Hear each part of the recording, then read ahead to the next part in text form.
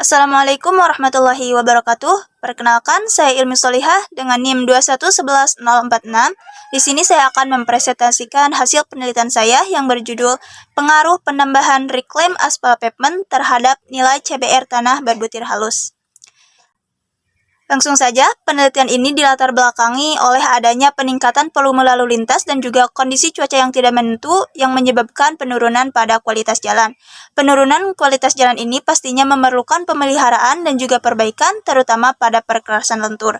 Proses dari perbaikan dan pemeliharaan ini tentunya akan menghasilkan material konstruksi. Material hasil dari pembongkaran perkerasan jalan ini atau yang disebut dengan Reclaim Asphalt Pavement, yang kemudian disebut dengan RAP, jika dibiarkan terus menumpuk maka akan mencemari lingkungan, terutama pada tanah dan juga air, karena di dalam RAP terdapat aspal yang bisa meresap ke dalam tanah dan mencemari air yang ada di dalam tanah.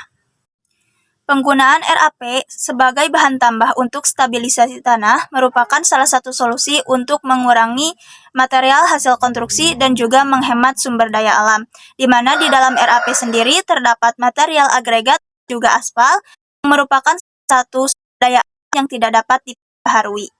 Tanah berbutir halus merupakan salah satu jenis tanah yang memiliki nilai CBR yang rendah, di mana membuat tanah menjadi tidak stabil sehingga menyebabkan penurunan volume pada tanah, yaitu tanah memiliki potensi pengembangan dan juga penyusutan yang tinggi. Nilai CBR merupakan salah satu parameter penting untuk menentukan daya dukung tanah, yaitu di mana tanah mampu atau tidaknya dalam menahan beban yang ada di atasnya.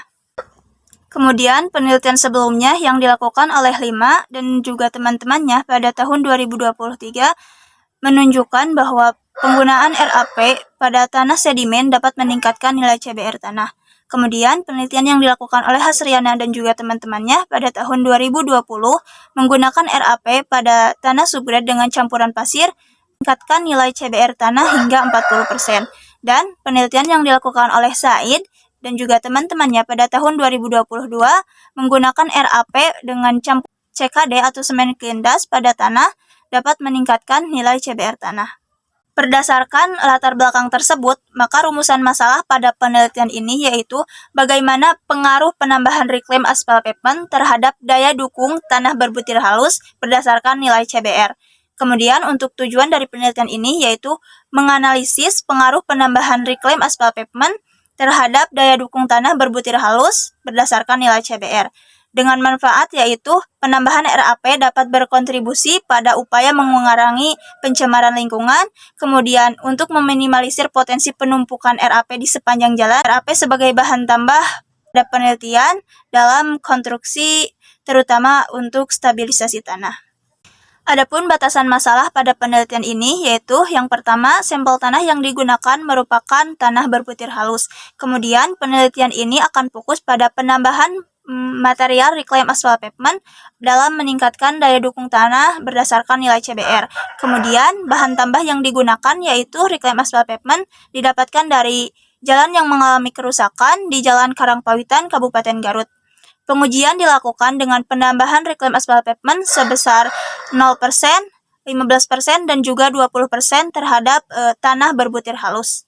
Kemudian pada penelitian ini tidak dilakukan pengujian properties pada material Reclaim Asphalt Pavement. Yang selanjutnya, pengujian sifat fisik tanah asli berupa uji kadar air, uji analisis saringan, uji berat isi, uji berat jenis, dan uji Berbereg yang terdiri dari batas cair, batas plastik, dan juga batas susut. Kemudian untuk pengujian sifat mekanis tanah, yaitu dilakukan berupa pengujian pempadatan dan juga pengujian CBR. Untuk pengujian CBR, yaitu dilakukan dengan metode uji CBR laboratorium tanpa rendaman atau unshock. Baik, selanjutnya yaitu kesenjangan penelitian. Penelitian sebelumnya yang dilakukan oleh Atul Soni dan Deepak Varshney pada tahun 2021 menggunakan RAP sebagai bahan tambah pada tanah lempung berpasir dan mampu meningkatkan nilai CBR.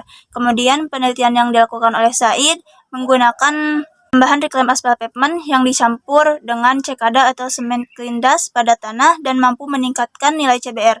Kemudian penelitian yang dilakukan oleh Hasriana pada tahun 2020 juga menggunakan RAP dengan bahan tambah pada tanah subgerjalan dan mampu meningkatkan nilai CBR hingga 40%. Penelitian-penelitian sebelumnya fokus pada penambahan reclaim aspal pavement dengan jenis tanah yang berbeda dan juga menggunakan bahan tambah lain, tidak hanya RAP. Tetapi pada penelitian ini hanya akan fokus pada penambahan reclaim aspal pavement sebagai bahan tambah tunggal pada peningkatan nilai air tanah berbutir halus. Selanjutnya yaitu metode penelitian. Untuk lokasi penelitian, yang pertama untuk lokasi pengujian yaitu berada di Laboratorium Teknik Sipil Institut Teknologi Garut. Kemudian untuk sampel tanah didapat dari Desa Girimukti, Kecamatan Cibatu, Kabupaten Garut. Dan untuk sampel reclaim aspal pavement sendiri didapat dari jalan yang mengalami kerusakan di Jalan Karangpawitan, Kabupaten Garut. Baik, selanjutnya penelitian ini dimulai dengan identifikasi masalah. Pada tahap ini yaitu mengidentifikasi pemanfaatan RAP terhadap potensi peningkatan daya dukung tanah. Kemudian selanjutnya studi literatur. Pada tahap ini yaitu mencari referensi dan penelitian terkait mengenai RAP dan juga tanah berbutir halus.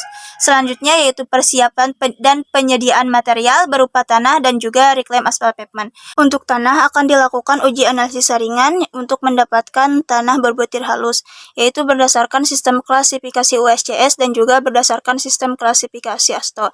Jika sudah mendapatkan tanah berbutir halus, maka selanjutnya yaitu pengujian sifat fisik tanah berupa uji kadar air, uji berat isi, uji berat jenis, dan uji batas Atterberg yang terdiri dari uji batas cair, uji batas plastis, dan juga uji batas susut. Setelah pengujian sifat fisik dilakukan, maka langkah selanjutnya yaitu pembuatan benda uji tanah asli dengan persentase 0% RAP. Untuk reclaim aspal pavement, dilakukan proses penyaringan untuk mendapatkan ukuran butiran lolos nomor 4, yaitu untuk mempunyai gradasi yang seragam atau sama pada pengujian, pemadatan, dan juga CBR. Selanjutnya dilakukan pembuatan benda uji tanah asli dengan persentase RAP sebesar 15% dan juga 20%. Setelah dilakukan pembuatan benda uji, langkah selanjutnya yaitu pengujian pemadatan, kemudian pengujian CBR laboratorium ANSOK, analisis dan pengolahan data, kemudian hasil dan pembahasan, dan juga kesimpulan dan saran. Selanjutnya yaitu hasil penelitian. Yang pertama ada hasil pengujian sifat fisik tanah. Pengujian kadar air. Pada penelitian ini, nilai kadar air yang didapatkan yaitu sebesar 43,88%, yang digunakan sebagai nilai kadar air pada tanah asli. Tanah dengan kadar air tinggi menunjukkan kondisi jenuh yang memiliki kemampuan menyerap air yang besar. Kemudian untuk berat isi yaitu didapatkan nilai berat isi sebesar 1,59 gram per cm kubik, di mana hal ini menunjukkan bahwa tanah padat dan memiliki partikel tanah yang cenderung kecil dan juga rapat. Berat jenis tanah. Pada penelitian ini, berat jenis yang didapatkan yaitu sebesar 2,69. Menurut Hardiatmo, pada bukunya yang berjudul Mekanika Tanah 1, tanah dengan berat jenis 0,69 termasuk ke dalam tanah anorganik, di mana tanah ini berada pada rentang antara 2,68 sampai 2,75. Untuk batas cair didapatkan nilai sebesar 54,83%, untuk batas plastis didapatkan nilai sebesar 41,86%, kemudian untuk batas susut didapatkan nilai 31,54%. Dan untuk indeks plastisitas didapatkan sebesar 12,97%, di mana nilai ini berada pada rentang 7-17 sehingga tanah termasuk ke dalam tanah kohesi dengan plastisitas sedang dan termasuk jenis tanah lempung berlanau. Yang kedua yaitu klasifikasi tanah. Klasifikasi tanah dibedakan berdasarkan klasifikasi USCS dan juga klasifikasi ASTO. Berdasarkan klasifikasi USCS, tanah termasuk ke dalam simbol MH, yaitu tanah lanau tak organik atau lanau elastis. Tanah lolos saringan nomor 200 sebesar 56,14% dan batas cair sebesar 54,83% dan untuk PI yaitu sebesar 12,97%, di mana kondisi PI berada di bawah PI line yaitu sebesar 25,43%, sehingga tanah termasuk ke dalam kelompok simbol MH. Kemudian untuk klasifikasi berdasarkan ASTO, tanah termasuk ke dalam tanah berbutir halus dengan tanah lanau atau lempung, di mana bergantung pada batas plastisitasnya. Batas plastis yang dimiliki yaitu sebesar 41,86, lebih besar dari 30, sehingga tanah termasuk kelompok A75, yaitu tanah lempung dengan tanah dasar sedang sampai buruk. Tanah lolos saringan nomor 200 yaitu sebesar 56,14%, di mana berdasarkan klasifikasi USCS dan juga ASTO, tanah termasuk ke dalam tanah berbutir halus. Yang ketiga yaitu pengujian pemadatan. Hasil dari pengujian pemadatan di laboratorium digambarkan melalui grafik antara hubungan kadar air dan juga kepadatan volume kering. Seiring dengan penambahan persentase RAP, nilai kadar air menurun. Hal ini menunjukkan bahwa jumlah air yang dibutuhkan untuk pemadatan maksimum menjadi lebih sedikit. Penurunan ini disebabkan oleh adanya material aspal yang ada dalam RAP yang memiliki daya serap material yang lebih rendah. Berbanding terbalik dengan nilai kadar air optimum yang terus menurun, kepadatan kering maksimum terus meningkat. Hal ini disebabkan oleh adanya stabilitas granulometri yang membantu partikel mengisi celah dan menciptakan distribusi ukuran partikel lebih efisien, sehingga air yang masuk menjadi lebih sedikit. Yang keempat yaitu hasil pengujian CBR, di mana pada persentase 15% RAP nilai CBR mengalami kenaikan dan pada 20% RAP nilai CBR mengalami penurunan.